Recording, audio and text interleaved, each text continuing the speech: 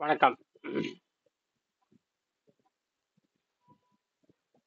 நோயற்ற வாழ்வே குறைவற்ற செல்வம்.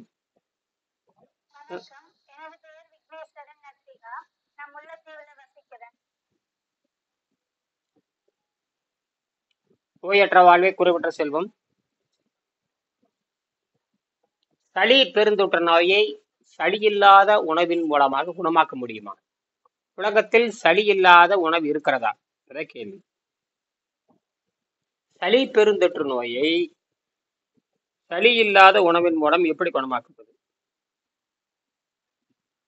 உலகத்தில் முதல் முறையாக சளி பெருந்தொற்று நோயை நாம் குணமாக்க முடியும் என்பதுதான் முக்கியம். உணவுக்கும் சளி இல்லாத உணவுக்கும் நோய்க்கும் என்ன தொடர்பு? உணவு, சளி இல்லாத உணவு, நோய், இதை நாம் ஆழமாக புரிந்து கொள்ள வேண்டும். முதல்ல நம்ம இயற்கை என்ன கொடுத்தோம்னா, நம்மளை ஏமாற்றுவதற்காகத்தான் அந்த ருசியை கொடுத்திருக்கிறது. நம்மளை ஏமாற்றுவதற்கு தான், மனிதனை ஏமாற்றுவதற்கு தான் ருசியை கொடுத்திருக்கிறது. வணக்கம். மனிதனை ஏமாற்றுவதற்காக, மனிதனை இயற்கை நம்ம ஏமாற்றும். மனிதனை எப்பொழுதுமே மனிதனை மயக்கத்தை தந்து ஏமாற்றும். இயற்கை எப்பொழுதுமே உடனடியாக புரிய வைக்கிறாது. எதுவுமே ஏமாத்தி அவனை சித்திரவதைக்கு உள்ளாக்கி, ஏன்னா எவ்வளவோ கண்டுபிடிப்பு இயற்கையை பார்த்துதான் எவ்வளவோ கண்டுபிடிப்பை நமக்கு கண்டுபிடிச்சு கொடுத்துருக்காங்க சித்தர்கள். விஞ்ஞானம் என்பது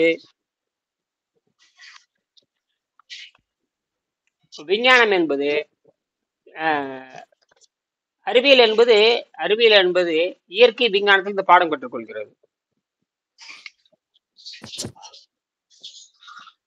அறிவியல் என்பது இயற்கை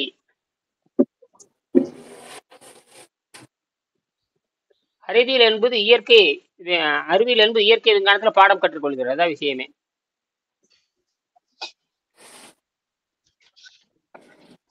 பேசுறதா கேட்கணும்னு நினைக்கிறேன். ஆக நாம் இந்த ஆமா, அறிவியல் என்பது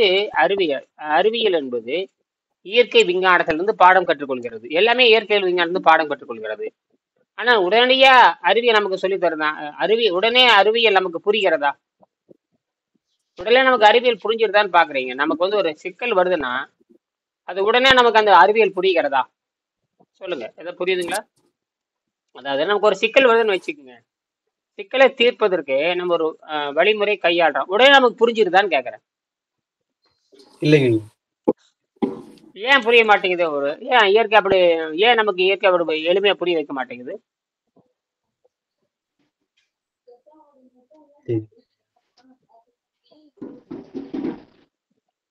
அதுல இருக்கிற ஒவ்வொரு தடைகளையும் தாண்டுகிறது போல சின்ன சின்ன, இப்ப நம்ம ஏதோ ஒன்று பாக்குறோம். இப்ப நமக்கு ஒரு சின்ன சிக்கல் வருது, ஒரு கணக்கு போடுற கூட மூளை கசக்க வேண்டியது இருக்குது. ஆமாங்க ஐயா. ஏன் எளிமையா காட்டிட்டு போக வேண்டியதானே?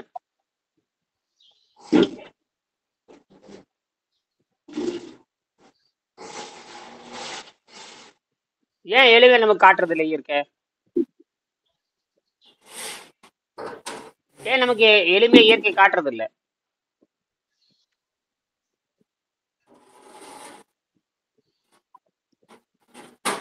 அப்ப எளிமையாக இருக்கக்கூடாதுங்கிறதுக்காக இல்ல, முயற்சி பண்ணி தான் கண்டுபிடிக்கணுங்கிறது இயற்கை நோக்கமா இருக்கு. அதனாலதான் இயற்கை முயற்சி பண்றவங்களுக்கு தான் புரிஞ்சுக்கிறாங்க.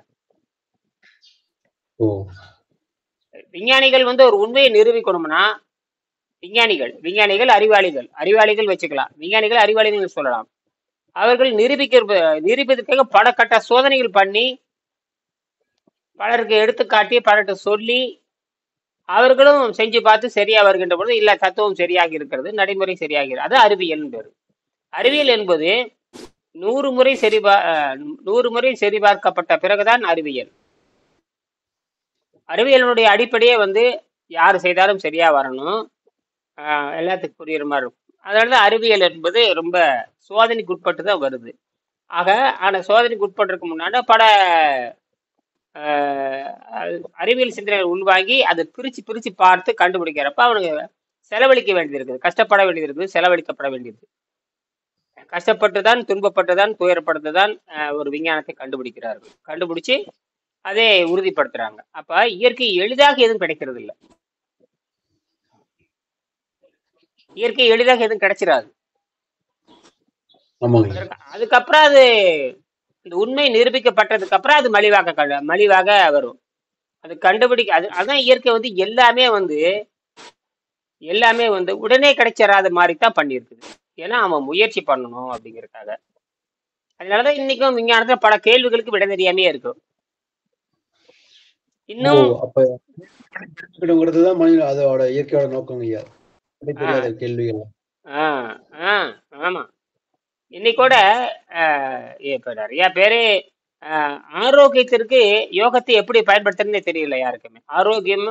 ஆரோக்கியம் உடல் சார்ந்த ஆரோக்கியம், மனம் சார்ந்த ஆரோக்கியம், உடல் சார்ந்த ஆரோக்கியம், மனம் சார்ந்த ஆரோக்கியத்திற்கு யோக முறையை எப்படி பயன்படுத்துறது தெரியல. தியானம்ங்கிற நினைத்தலை பத்தி பேசுவாங்க, சமாதி பத்தி பேசுவாங்க. சரி, அதை வைத்துக்கொண்டு ஆரோக்கியம் தர முடியுமா? அது பதிலே இல்லை.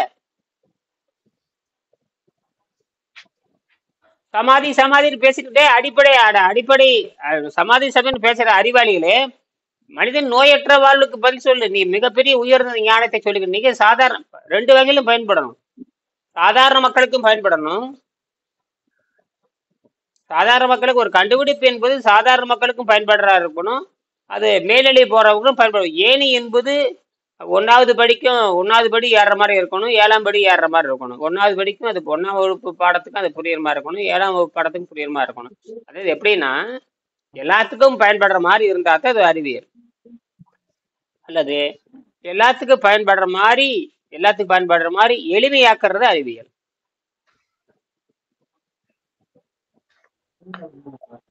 சும்மா ஏதாவது பேசுறாங்க, நான் பார்த்தேன். நான் அது காணொலி நிறைய நல்ல வேலை. நமக்கு வந்து இப்ப இந்த காணொளிகள், யூடியூப், ஃபேஸ்புக்கு எத்தனையோ தொலைத்தொடர்பு கருவிகள் இருக்கிறனால அவங்க என்ன நினைக்கிறாங்க அப்படிங்கிறது நம்ம என்ன சொல்றாங்க அப்படிங்கிறது நமக்கு புரியுது. ஆனால் ஒருவருமே நோயற்ற வாழ்வுக்கு இது அடிப்படையாக இருக்கும் என்று சொல்லவே இல்லை. ஆனால் நல்ல வேலை வெங்கடேஷ் என்ன பண்றாருன்னு கேட்டீங்கன்னா, இந்த பயிற்சி செய்ய என்னிடம் இருந்த எல்லா நோய்களும் நீங்கிவிட்டன அப்படிங்கிறாரு. இதுதானே உண்மை. அப்ப அதுக்கப்புறம் தான் அது படிப்படியே மேல அது எங்க போய் நிக்குது. அது வந்து இயற்கையாகவே இது எந்த பயிற்சியும் செய்யாம எவங்கிட்டையும் போக தேவையில்லை. அதுதான் பெரிய விஷயமே. எவங்கிட்டையும் போக தேவையில்லை.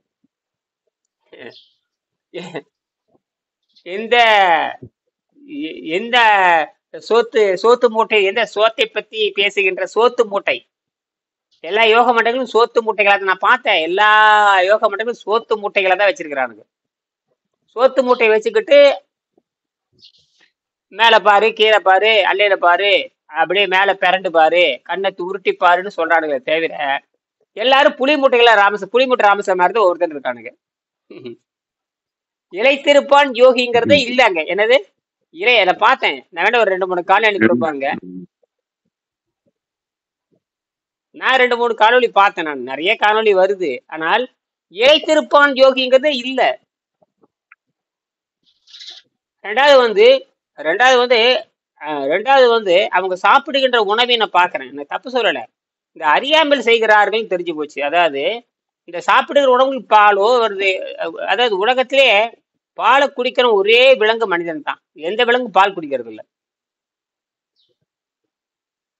அவ்வளவுதான். அத தாயிட்டு இருந்து பிரிஞ்சுட்டா முடிஞ்சு போச்சு. தாயிட்டு இருந்து பிரிஞ்சுட்டா முடிஞ்சு போச்சு. தாயிட்டு இருந்து பிரிஞ்சிருச்சுன்னா அதுக்கப்புறம் அது ஒரு தடவை மாடு புல்லு மேய்ஞ்சிட்டு அப்புறம் அது அவ்வளவுதான். புல்லு மேய்ஞ்சிட்டு தான் இருக்கும். தொடர்ந்து வந்து ஒரு கண்ணுக்குட்டிக்கு தாய் பால் ஊட்டாது, உதைச்சிரும். ஒரு கட்டத்துக்கு மேல உதைக்கும். பாத்திருக்கீங்களா? ஏன் அப்படின்னா அது பரிணாமத்திலே நீ தனியா போய் மேயுங்க. அப்படி மேயிறப்போ அந்த போய் முதல் தீனி சாப்பிட்டுருச்சுன்னா அதுக்கப்புறம் அந்த எதுக்கு போகாது, பாலுக்கு போகாது. ஏன்னா அந்த ஜீரணீர் நின்று போயிடும். அதுக்கு ஒரிஜினல் நாட்டு மாடு அப்படிதாங்க ஐயா பண்ணும். இப்ப அந்த மரபணு மாற்றப்பட்டது இதெல்லாம் இந்த கட்டா அது அது பண்றது இல்லைங்க ஐயா. ஓ பழைய நாட்டு மாடு பார்த்தோம்னா ஆ அது அந்த கண்ணு போட்டு ஒரு 4 மாசத்துலயே அடுத்து அந்த குட்டியை உதைக்க ஆரம்பிச்சது. பால் தராதுங்க ஐயா அது. சரி 3 சரி. மாசத்துக்கு அப்புறம் அது அப்படிதாங்க ஐயா. அப்புறம் அது தீனிக்கு போயிடுது. தீனிக்கு போனதுக்கு அப்புறம் என்ன நடக்குது என்னமா, தீனிக்கு போனதுக்கு அப்புறம் மரபணு மாறிக்கும். அந்த சைவத்தை சாப்பிடுகின்ற உடலாக மாறிடும். அதாவது சைவத்தை சாப்பிடுகின்ற ஜீரநீர் சுரக்க ஆரம்பிச்சிடும். இப்ப மாடு பால் ஊட்டுற வரைக்கும் அசைவத்தை செரிக்கிற ஜீரநீர் சுரக்கும். மாடு ஓ தாயிட்ட பால் குடிக்கிற விஷயம் அங்கதான் நடக்குது. ஓ புரியுதுங்க ஐயா. அந்த பாலை செரிக்கிறதுக்கான அந்த விஷம் சுரந்துட்டு அது கெமிக்கல் அந்த வேதிப்பொருள் சுரக்கும். இந்த அடி ஓ உளுந்தனே திரும்புது இல்லையா? உடனே அது வைக்க போல நீங்க என்ன தீனி போல அது போயிடும். போனதுக்கு அப்புறம் அதை செரிக்கிறதுக்கான ஜீரநீர் சுரக்க ஆரம்பிச்சு விடுனதுக்கு அப்புறம் அப்ப அதுதான் சுரக்குமே தவிர மீண்டும் அந்த பழைய தாய்ப்பால் குடிக்கிறதுக்கான சீரநீர் சுரக்காது. இது சைவ விலங்குகளுக்கு பொருந்தும். ஓ புளி அப்படித்தானே, புளிக்கிட்டையும் அப்படித்தானே. புளி பால் குடிக்கும், அப்புறம் விலங்குக்கு வேட்டையாடி இருக்கு இல்ல, வேட்டையாடி போடுச்சுன்னா அவ்வளவுதான், அதை தான் சாப்பிடணுமே தவிர தாய்ப்பாலுக்கு திரும்பாது. ஆமாங்க. ரெண்டாவது பாலுக்கு திரும்பாது, அவ்வளவுதான் விஷயம். என்னன்னா அவ்வளவுதான், அந்த தாயிட்டு இருந்து பிரிஞ்சிச்சுன்னா. இதை பொதுவாக என்ன புரிஞ்சுக்கணும்னா, உலகத்திலே பாலை குடிக்கிற ஒரே கேவலமான ஜாதி மனித ஜாதி தான். ஏன்னா பாலை செரிக்க அது விலங்கு பாலை சாப்பிடுறான். தாய்ப்பால் குடிக்கிறான். அதுக்கப்புறம் விலங்கு பால் எதுக்கு நமக்கு? விலங்கு பாலுக்கான அந்த வேதிப்பொருள் பெரும்பாலும் மனிதனுக்கு கிடையாது, குறிப்பா இயற்கைக்கு கிடையாது. சீரிக்கிற செரிமான தன்மை இயற்கைக்கு கிடையாது. அதனாலதான் சளி ஏறிக்குது. இப்ப சளியை குணமாக்கணும், சளியை குணப்ப உலகத்துல சளிங்கிறது பொதுவா எல்லாத்துக்கும் பிறந்த குழந்தைக்கு சளிதான். எப்ப பாரு மூக்குல ஒழிப்ப சளியே இல்ல, மூக்குல ஒழிக்கிட்டே இருக்கு. பணக்கார குழந்தையும் மூக்குல ஒழுக்கும், இல்ல நாத்தம், வாய் பார்த்தே அவ்வளவு நாற்றம் அடிக்கும். கிட்ட போய் பாருங்க, பணக்கார குழந்தைய பார்த்து வாய் அவ்வளவு நாத்தம் அடிக்கும். வாய் நாத்தம், மூக்கு நாத்தம், பயங்கர நாத்தம் அடிக்கும். இப்ப வாயே நாத்தம் அடிச்சுன்னா உள்ள எப்படி இருக்கும்? அதுக்கு மேலதான் இருக்கும். வெளியவே இந்த நாத்தம் அடிச்சுன்னா உள்ள எப்படி பிணவா? அதெல்லாம் சொல்றேன். அப்ப சளியை குணமாக்கும்னா, உலகத்திலேயே சளியை குணமாக்கணும்னா சளி இல்லாத உணவையும் ஒருத்தனை கண்டுபிடிச்சாரு. அதான் விஷயமே. சளியை குணமாக்க வேண்டும் என்று சொன்னால் சளி இல்லாத உணவுன்னு சொல்றாரு. அதுதான் இவர் சொல்றாரு, நாம் உண்ணா நோன்பு அல்லது தூய்மை செய்கின்ற பொழுது சளி அற்ற உணவை வைத்துக் கொண்டுதான் நாம் பின்பற்ற வேண்டும்ங்கிறார். அதனாலதான் எடுத்துன்னே யாரும் அந்த உண்ணா நோன்புக்கு போக முடியாது.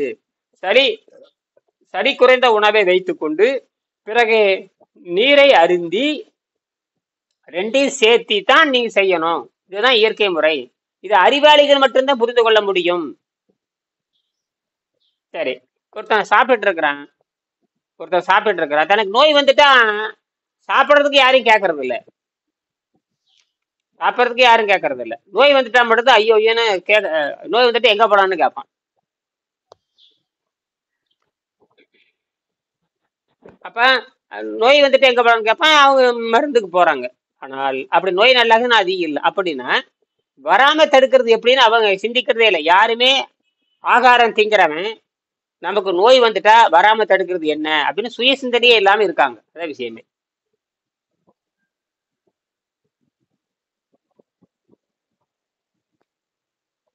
இதே இன்றைய தலைப்பா இருக்கு. அப்படின்னா இப்ப நமக்கு நோய் வருது, நோய் வந்துட்டாவே உடனடியாக நமக்கு என்ன தெரியுமா சிந்தனை? இந்த இயற்கை என்ன பண்ணும் கேட்டீங்கன்னா, அவனை சாகடிக்கிறதுக்கு மருந்தை நம்ப வைக்கும். இப்ப மருந்தை முழுமையா நம்பிடுவான். மருந்தை முழுமையா நம்பி மருந்திலே செத்துறான். அதுதான் விஷயமே. அப்ப தன்னோட சொந்த மொழியை அவன் பயன்படுத்தி பெரிய இது ஆராய்ச்சிக்கு ஒரு சமாச்சாரம் தான். இந்த நம்பிக்கை இருக்கு பாத்தீங்களா, எப்படி நம்புறான்னு தெரிய மாட்டேங்குது. எப்படி மருந்தை நம்புறான்னு தெரிய மாட்டேங்குது. ஒரு மருத்துவர்கிட்ட போறான், அவனை நம்புறான எப்படி முழுமையா நம்புறான்? ஒரு காப்பாத்திடுவாரு நீ எப்படி நம்புறான்னு கேட்கறேன். இவனுக்கு முன்பின் அந்த அனுபவம் கிடையாது. முன்பின் அனுபவம் கிடையாது. அவன் யாரு என்ன எதுவுமே இல்லை. உடனே அவன் நம்பிடுறான். நம்பிட்டு பல்ல இழிச்சுக்கிட்டு பாத்துக்கிறான், வணக்கம் போடுறான். அப்புறம் ஏதாவது அதான் நீண்ட கால நோயை யாருனாலையும் குணமாக்க முடியாது. நீண்ட கால நோயின்னு சொல்ல பாருங்க, கிரானிக்கு. நீண்ட கால நோயை அது பேரு நீண்ட கால நோயின் பேரு. இப்ப நீண்ட கால நோய் எப்படி குணமாக்குறது? அதான கேள்வியே. உடன் பிறந்தே இருக்கிற நோய், அதாவது தொடர்ந்து இருக்கிற நோய், அதுதான் கிரானிக்பாங்க. அந்த நோய் எப்படி குணமாக்குவீங்க? அதுக்கு பேரு நீண்ட கால நோயின் பேரு. நீண்ட கால அப்ப நீண்ட கால நோயை எப்படி குணமாக்குறது? இப்ப வெளியிருந்து வரக்கூடிய நோய்கள் வந்து வருது போகுது, 2 நாள் 3 நாள் இருக்கும், அந்த வைரஸோட வேகம் இருக்கும். ஆனா உள்ளே இருந்து உடன் பிறந்தே இருந்து கொள்ளுகின்ற நோயை குணமாக்குறதுக்கு தான் நம்ம வழியை தேடணும். அது மட்டும் இல்ல, நம்ம கூட என்னென்ன வருதுன்னு பார்க்கணும். பசியை பற்றி பெரிய விளக்கம்லாம் வந்து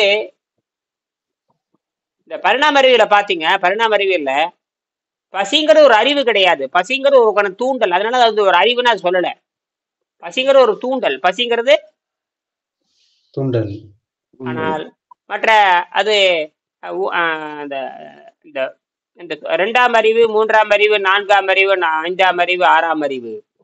சரி, பசியை எப்படி ஜெயிக்கிறது அப்படிங்கிற நேரடியா அறிவு இல்லை பாருங்களேன். இயற்கை அங்கதான் வந்து ஏமாத்துது மனிதனை. கொடூரமா போட்டு வதக்கி. இந்த அறிவு கொடுக்கறப்பா 5ஆம் அறிவு கொடுக்குற, 5ஆம் அறிவு கொடுக்குது, பகுத்தறிவு கொடுக்குது. பசியை நீக்கிறதுக்கு அறிவுன்னு தனியா இருக்கானா? இல்ல, அது பகுத்தறிவு தான் பயன்படுத்தணுங்க. பசியை நீக்கிறதுக்கு அறிவு என்னன்னா அது பகுத்தறிவு பயன்படுத்தணுங்கிற. சரி, பகுத்தறிவு எப்படி பயன்படுத்துறது? அங்கதான் மாட்டிக்கிட்டாங்க. சரி, 6ஆம் அறிவு கொடுத்துருக்குது, எல்லாத்துக்கும் 6ஆம் அறிவு கொடுத்துருக்குது, மனமும் இருக்குது. ஆனா எப்படி குணமாக்குறது? அங்கதான் சிக்கிட்டாங்க.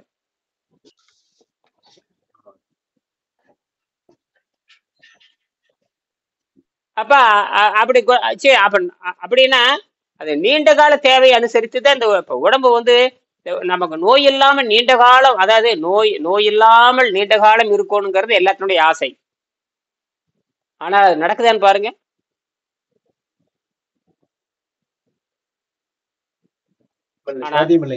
ஆனா நாம எப்படி பண்ணிடுறோம்? நாம என்ன பண்றோம்? நம்ம நோக்கமே நீண்ட காலம் நோய் இல்லாம வாழணும். அப்படின்னா நீண்ட காலமா இந்த கெட்ட உணவு பழக்கம் இல்லாமல் வாழணும். இதுதான் அடிப்படை. நீங்க ஒரு வேளை போடுறீங்க, ஒரு வேளை சாப்பிடுறீங்க, அதெல்லாம் ஒன்றும் பிரச்சனை இல்லை. ஆனால் அதை நீங்க தொடர்ந்து சுத்தம் பண்ணிக்கிட்டே இருக்கணும். எத்தனை ஆண்டுக்கு? நீங்க எத்தனை ஆண்டு வாழணும்னு நினைக்கிறீங்களோ அத்தனை ஆண்டுக்கு அங்கதான் மாட்டிக்கிறாங்க எல்லாரும். அங்கதான் மாட்டிக்கிறாங்க. ஏன்னா அது பழக்கப்படுத்தின பழக்கப்படுத்திட்ட. எனக்கு அந்த பழக்கப்படுத்தன்னு காட்டி அந்த கடையில போய் வாங்கி திங்கிறதோ அல்லது சமைச்சு திங்கிறதோ அப்படிங்கிற எண்ணமே இப்போ இல்ல. கடையில போய் வாங்கி திங்கறனாலயோ சமைச்சு திங்கறனாலயோ நமக்கு ஆரோக்கியம் கிடையாது. அப்ப கடைக்காரன் வந்து ஆரோக்கியத்தை வைக்கிறானா? இல்ல. அப்ப ஏதோ வேக வச்சு திங்கிறோம், ஆரோக்கியம் கிடையாது, அதுவும் இல்லை. அப்படின்னா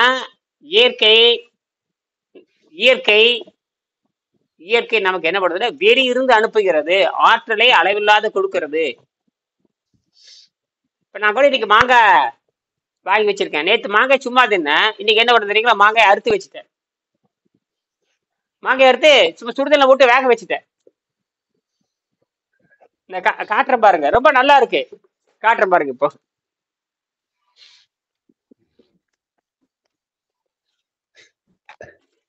ஐயா வேணுமாங்க ஐயா? மாங்காயா? ஐயா கொண்டு வர்றாரு. வேக வச்ச மாங்காய். மாங்காய் வேக வைப்ப சாப்பிட. வேக வச்ச மாங்காய் இங்க பாருங்க, எதுவுமே இல்ல. இங்க பாருங்க, ஜெல் மாதிரி இருக்கு, அப்படியே கூல் மாதிரி, ஜெல் மாதிரி. அப்படியே அப்படி போட்டா அப்படியே வாயில போட்டா கரைஞ்சு போயிடும்.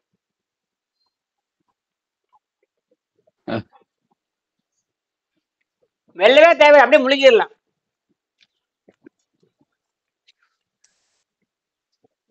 புளிப்பே காணா போச்சு, புளிப்பே போயிடுச்சு. சாப்பிடறதுக்கு பிரச்சனையே இல்லை.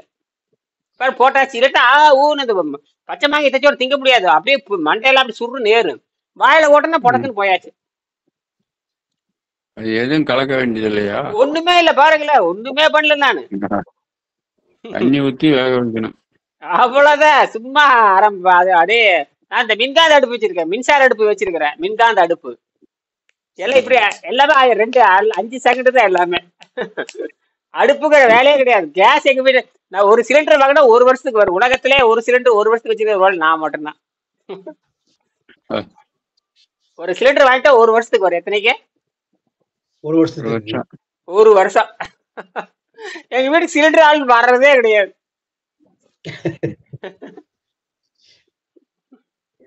இன்னும் எங்க வீட்டுக்காரி வந்து சமைப்பா, அதோட சரி. அதாவது அது நிறுத்தினா முடிஞ்சு போச்சு.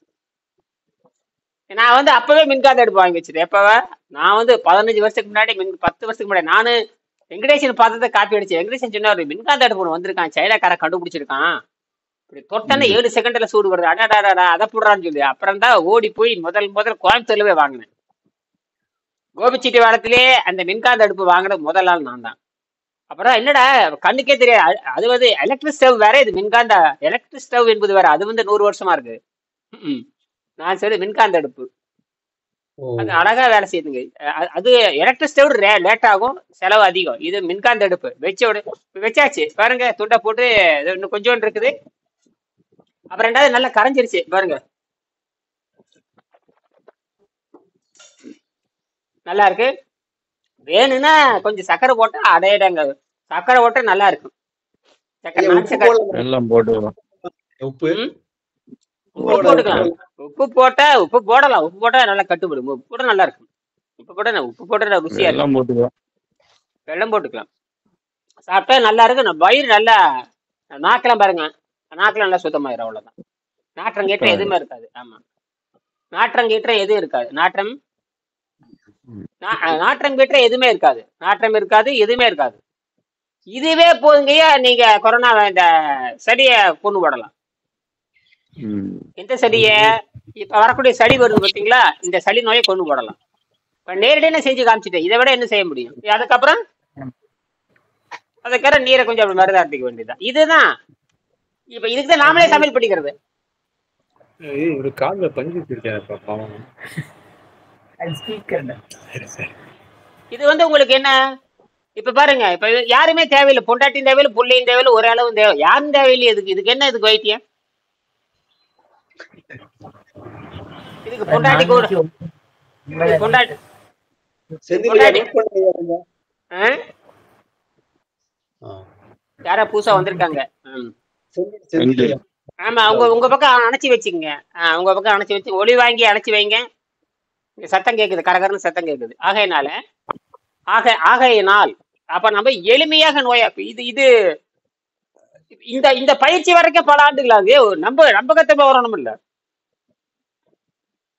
என்னமா இப்படி காமிச்சிட்டேன், இப்படி காமிச்சாச்சு, ஒரு துண்டு போட்டாச்சு, வேலை முடிஞ்சு வச்சு. இல்லையே, மேஜிக் தான்.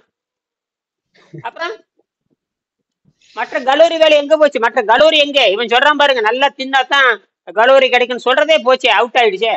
அட காட்டு முராண்டிகளா, எங்களை ரொம்ப நாளா கொரோனா காலத்துல ஒரு லிஸ்ட் போட்டு கொடுப்பாங்க ஐயா, இந்த கலோரி சாப்பிடுங்க, இப்படி சாப்பிடுங்க, லிஸ்ட் போட்டு கொடுப்பாங்க ஐயா. நாங்க இந்த யோக மார்க்கத்தை பேசுகின்ற அந்த காட்டு முராண்டிகளும்,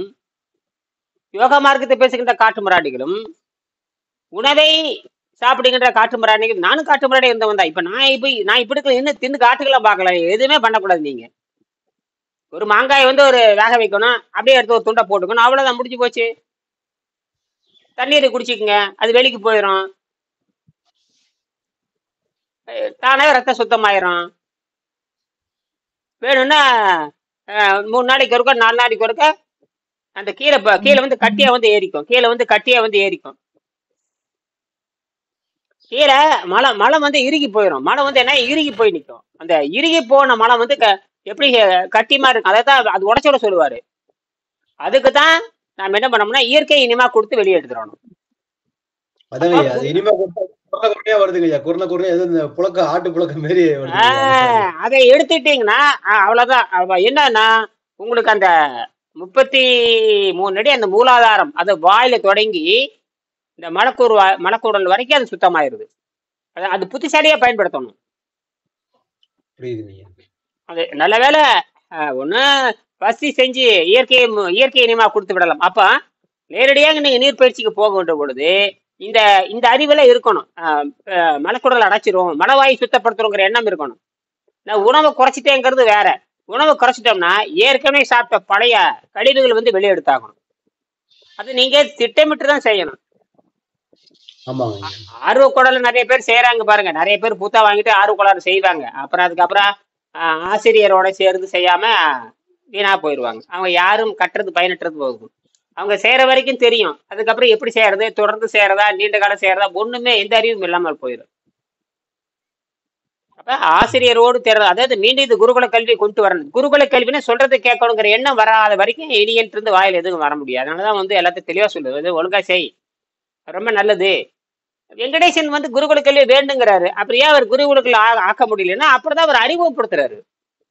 இப்ப நான் வந்து 25 வருஷமா இன்னும் நான் கொண்டு வரல அப்படின்னா அப்புறம் வெங்கடேசன் சொல்றது மீறதாக இருக்கும். வெங்கடேசன் சொல்றத அவர் சொல்றத மீறதா அவரு அர்த்தம். அவர் காலத்துல முயற்சி பண்ணியிருக்காரு. அவர் காலத்துல முயற்சி பண்ணியிருக்காரு. அவ்வளவுதான் செய்ய முடியும். அவர் யாருக்கும் நேரடி பயிற்சி கொடுத்ததாக வரலாறே கிடையவே கிடையாது. செய்யவும் முடியாது, செய்யவும் முடியாது. முடியாது. ம். ஆமா, ஊடகம் கிடையாது, ஒண்ணுங்க. அவர் இருக்கிற பாத்தீங்கன்னா ஒரு காட்டுக்குள்ள சும்மா 10க்கு 10 அறை. அந்த என்னுடைய வீடு கூட இருக்க நான் காட்டுறேன் பாருங்க. 10க்கு 10 அறை தான் இருக்கு. காட்டுல போய் 10க்கு 10 அறை, ஒரு 5 சென்ட் இடத்துல ஒரு 10க்கு 10 ஓட குடிச்சேன். அதுல உட்காந்துருப்பாரு. நானே உட்கார முடியாது. அங்க போனோம்னா 1 மணி நேரம் கூட உட்கார முடியாது. அங்க உட்கார்றதுக்கே இடம் கிடையாதுங்க. இத்து போன கட்டல் தான் இருக்கும். அப்படிதான் இருப்பான். அப்படின்னா அங்க யாரு போவாங்கன்னு கேட்டீங்கன்னா கேள்விப்பட்டு போறதோட முடிஞ்சு போச்சு. அப்படிதான் நான் சொல்றேன். அதனால நோயற்ற வாழ்வை வாழ்வதற்கு, குறைவற்ற செல்வம் பெறுவதற்கு நாம் இந்த சளி குறைந்த உணவை எப்படி சாப்பிடுவது? அதுக்காக நிறைய வெறுக்குன்னு தின்னுட்டே இருக்க முடியும்? அதெல்லாம் திங்க முடியாது. அப்படியும் புடிச்சுக்கணும். வெறுக்கு மாடு திங்க முடியுமா? அப்படியே நமக்கு கிடையாது. நம்ம திங்கிற வேலையை நம்மளுக்கு கிடையாது. நம்மளது வந்து மாடு மாதிரி திங்க. நான் வந்து சுத்தப்படுத்துவதற்காக உணவு எடுத்துக்கொண்டிருந்தேன். இவன் என்ன பண்ண, மாடு மாதிரி திங்கிறான். எல்லாரும் எப்படி மாடு மாதிரி சாப்பிடுறாங்க. சொல்ற திங்கறான் பண்ற மாடு மாதிரி அப்படிம்பாங்க. சாமி தின்னா பரவாயில்ல, மாடு மாதிரி தின்னா பரவாயில்ல. உற்பத்தி எங்க? உற்பத்தி பண்ணி சாப்பிட்டாலும் பரவாயில்ல, உற்பத்தி பண்ணாம திங்கிறான் பாருங்க, அவன் யாரும் விபச்சாரின்னு இருக்கான். எவன் மாடு மாதிரி திங்கிறான் விபச்சாரி, ஊதாரின்னு இருக்கான். அது புரியுதுங்க. கேவலம் உண்டாகுதுல உனக்கு. கேவலம் உண்டாகிற வேலையை செய்யக்கூடாது.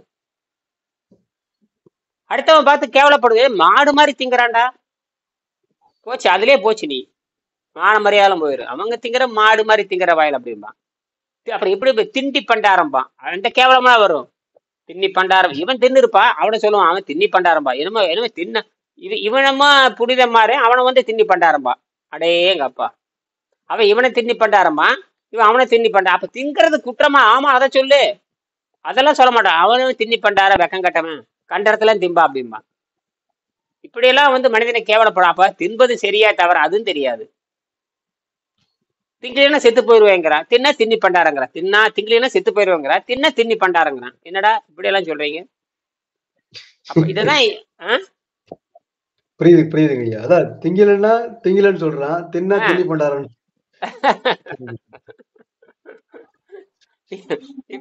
இப்படி போட்டுதான் இயற்கை குழப்புன்னு. அதுக்குதான் ஒரே வழி. நாம் இப்படி அப்ப வந்து இப்ப நல்லா இப்ப ஏன் அப்படின்னா இப்படி எல்லாம் வந்து மயக்கத்தை உண்டாக்கிட்டே இருக்கு. இந்த மயக்கத்துல தெளிவா எதுக்கு நம்ம பேசுறோம்னா மயக்கத்தை தெளிவாகணும். மயக்கம் இப்ப நானும் அப்படித்தான், மயக்கத்தை தெளிவாகணும். மயக்கம் தெளிவாகிறது சாதாரண விஷயம் இல்லை. மயக்கம் நீங்கினால் மயக்கம் அத 5 கலந்த மயக்கம் பாரு. அதாவது 5 கலந்த மயக்கம், விண்ணு, மண்ணு, நீரு, நெருப்பு, ஆகாயம் இதெல்லாம் சேர்ந்து கலந்த ஒரு மயக்கம் அப்படின்னு தொல்காப்பியம் எழுதுவாரு. அப்ப எல்லாம் மயக்கத்திலேயே இருக்கும். அந்த மயக்கத்துக்கு இன்னொரு பேரு மாயைன்ட்டான். மயக்கத்துக்கு இன்னொரு பேரு மாயை. அந்த மாயை தான் 5 கலந்த. அந்த மாயையில சிக்கிட்டா எல்லாருமே. அதனாலதான் வெள்ளக்கார முண்டங்களுக்கு வந்து நோயினுடைய காரணத்தை கண்டுபிடிப்பானதை தவிர தீர்க்கிற முறை தெரியாது. அவனுக்கு அந்த அறிவே இல்லை.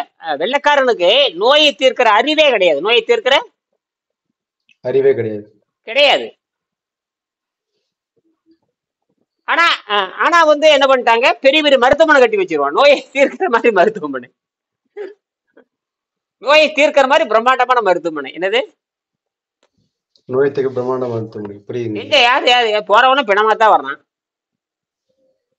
மெல்ல வருவா, இல்லாட்ட கொஞ்சம் தாமதமா வருவா. அப்படித்தான் நடக்குமே தவிர ஆரோக்கியமா நிமிர்ந்து நடந்தவன் சாத்தியமே இல்லை. அவன் வந்து யோகம் பழகாதவர் வந்து யோகம் பழகாதவர்னு ஒருத்தர் இருக்கிறான். யோகம் பழகாதவர் அதாவது மேன்மை பழகாதவர், முன்னேற்றத்தை பழகாதவன்.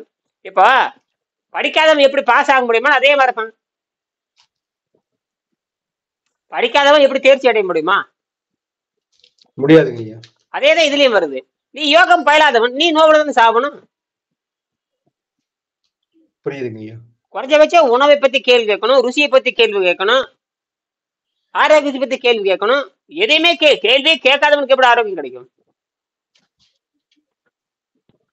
வாய்ப்பில்லைங்க. அதனால நாங்க இந்த இப்ப சளி பெருந்தொற்று நோய் இருக்கிறனால நாம் சளியற்ற உணவை எப்படி சாப்பிடுவோம்னு கேட்டு நிறைவு செய்யறேன். அதுக்கு ஒரே வழி, காலை எழுந்தவுடன் பெட் காஃபி என்பதை மறந்து விடுங்கள். அதாவது 3ஆம் பாடத்துல இந்த ஒரு வரி சொல்லி, ஏன்னா எல்லாத்துக்குமான விஷயம் போகட்டுங்கிறதுக்காக சொல்றேன்.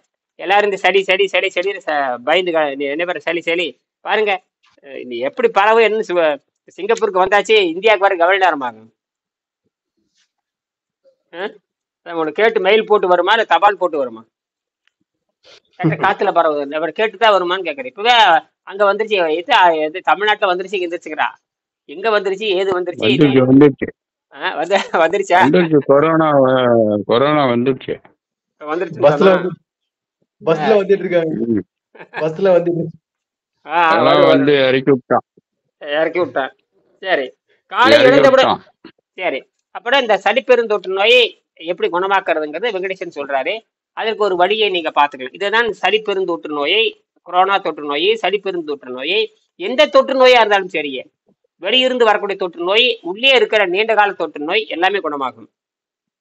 எழுந்தவுடன் என்ன குரு என்று நான் சொன்னால், நான் அர்னால்ட் எக்ரேட் என்னோட குரு என்று சொல்கிறார். அர்னால்ட் எக்ரேட் தான் என்னுடைய குரு என்று சொல்கிறார். அவர் தான் அவருடைய குரு. அதான் அர்னால்ட் எக்ரேட் தான் அவருடைய குரு என்று சொல்கிறார். இப்ப அவர் சொல்ற தத்துவத்தை நான் பின்பற்றுகிறேங்கிறாரு. அது சுருக்கமா சொல்றாரு. நீருணவு முறையை சுருக்கமாக கீழ்கண்டவாறு கூறுகிறேன். இதுதான் அனைத்து நோய்களுக்கும் தீர்வு. அனைத்து நோய்களுக்கும் தீர்வு என்று நீங்கள் முயற்சி பண்ணலாம். இல்லை, இது பக்க விளைவு கிடையாது. காலையில் எழுந்தவுடன் பெட் காஃபி என்பதை மறந்து விடுங்கள். காலை கடன் சொல்றோம் இல்லையா, காலை கடன்களை முடித்தவுடன் வடிகட்டிய தண்ணீர், அது சுத்தமான வடிகட்டிய தண்ணீர், சுத்தமான தண்ணீர் ஈன்ற அளவுக்கு குடிக்கவும். காலை எந்திரிச்சுன்னா பல்லால வலிக்கிட்டு முடிஞ்ச அளவு குடிக்க அப்படிங்கிறாரு. அப்ப முடிஞ்ச அளவு குடிச்சிங்கன்னா எவ்வளவு குடிக்கலான்னு கேட்டீங்கன்னா, இது ஒரு அவரு சொல்றபடி பாத்தீங்கன்னா ஒரு 100 ml மேல.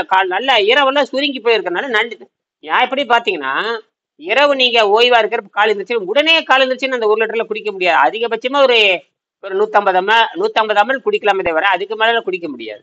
நானும் பார்த்துருக்கேன். காலை எந்திரிச்சு நீங்க வேணா பாருங்க, நீங்க 6 மணி 7 மணிக்கு மேல உணவு சாப்பிட்டு போட்டு நீங்க காலையில 7 மணி 8 மணிக்கு பாரு, சுருங்கி போய் அமைதியா இருக்கும். அப்ப நிறைய தண்ணி குடிக்கவே விடாது. இவன் வலிந்து திணிப்பா. பழைய கால முட்டாள்கள் மாதிரி 1 லிட்டர் குடிக்கல, வலிந்து குடிக்கிறது. நியாயப்படி பாத்தீங்கன்னா அது 100 ml தான் குடிக்கும். நாம என்ன பண்ண, அதையும் குறைச்சிட்டு நீங்க இந்த 40 ml 50 ml நீங்க குடிச்சிட்டே வர்றீங்க. ஒரு 11 மணிக்கு வந்ததுக்கு அப்புறம் அந்த 11 மணி வரும், 10 மணி வரும். அப்பதான் அந்த இது வேலை செய்யும். மண்ணீரல், அதாவது மண்ணீரல் இந்த 12 உறுப்பா பிரிக்கிறாங்க. இது அக்குபஞ்சர்ல பாத்தீங்கன்னா உடம்பு 12ஆ பிரிச்சிருப்பாங்க. அது 12வது அமைப்பு லிம்புன்னு சொல்லுவாங்க.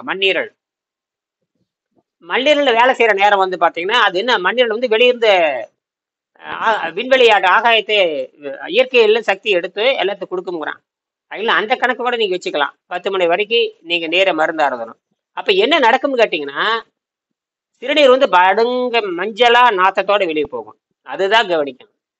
முதல் நாளே அந்த விஷம் தான் முதல் முக்கியமானது. அந்த விஷம் வெளியே போக ஆரம்பிச்சிடும். அதற்கப்புறம் நாக்கில் மஞ்சள் படிஞ்சிருக்கும், அல்லது பலுபலுன்னு படியும். அதை வேக வைத்த காய்கறி மூலமாக பெருங்குடலுக்கு கொண்டு போகணும். அங்கதான் விஷயமே. பெருங்குடல் என்பது 2வது மூளைன்னு இப்ப விஞ்ஞானிகள் சொல்றாங்க. அப்ப மூளைக்கு அடுத்தபடியாக இன்னொரு மூளை இருக்குதுன்னு சொல்றாங்க. பெருங்குடல் ஒரு சுத்தமா இருக்கும். பெருங்குடல் தான் நோயே தீர்மானிக்குதுங்கிறான். இப்ப சொல்றானுங்க, முண்டங்களா லேட்டா வர்றீங்க. இப்ப உணவு பாதையை பத்தி இப்பதான் பேச ஆரம்பிக்கிறானுங்க. அது எப்படி சுத்தமாக்குவீங்க? அது தெரியாது. திங்கலாம், ஆனா அங்கதான் பிரச்சனையே வருதுங்கிறான். என்ன திங்கலான்னு சொல்ல மாட்டானுங்க. அதுவும் சரி. ஏன்னா வெள்ளைக்காரனுக்கு இயற்கை ரகசியம் தெரியக்கூடாதுங்கிறது தான் இயற்கை நோக்கமே. வெள்ளைக்காரனுக்கு இயற்கை ரகசியம் தெரியக்கூடாதுங்கிறத ஏற்கனவே நோக்கம். ஆமா, அது நம்மகிட்ட இருந்து தான் போயாக்கணும், சித்தர்கள்ட்ட இருந்தா போய் அதுதான் அங்க ஆப்பு வைக்கிறது. மாவனை இங்க இருந்தாலும் நீ போகணும், நீ அறுவை சிகிச்சை நீ கண்டுபிடிக்கலாம், அறுவை சிகிச்சை நீ கண்டுபிடிக்கலாம், நீ தலையை வெட்டி வைக்கலாம். ஆனால் சுத்தம் என்பது சித்தர்கிட்ட இருந்து போயாக வேண்டும். அப்ப சுத்தத்தை இப்படி பண்ணிட்டே வந்தோம்னா ஒரு கட்டத்துல அந்த படிப்படியாக அந்த உடல் எடை குறையும் அப்படின்னு சொல்லணும். அதுதான் அங்க இருக்குது.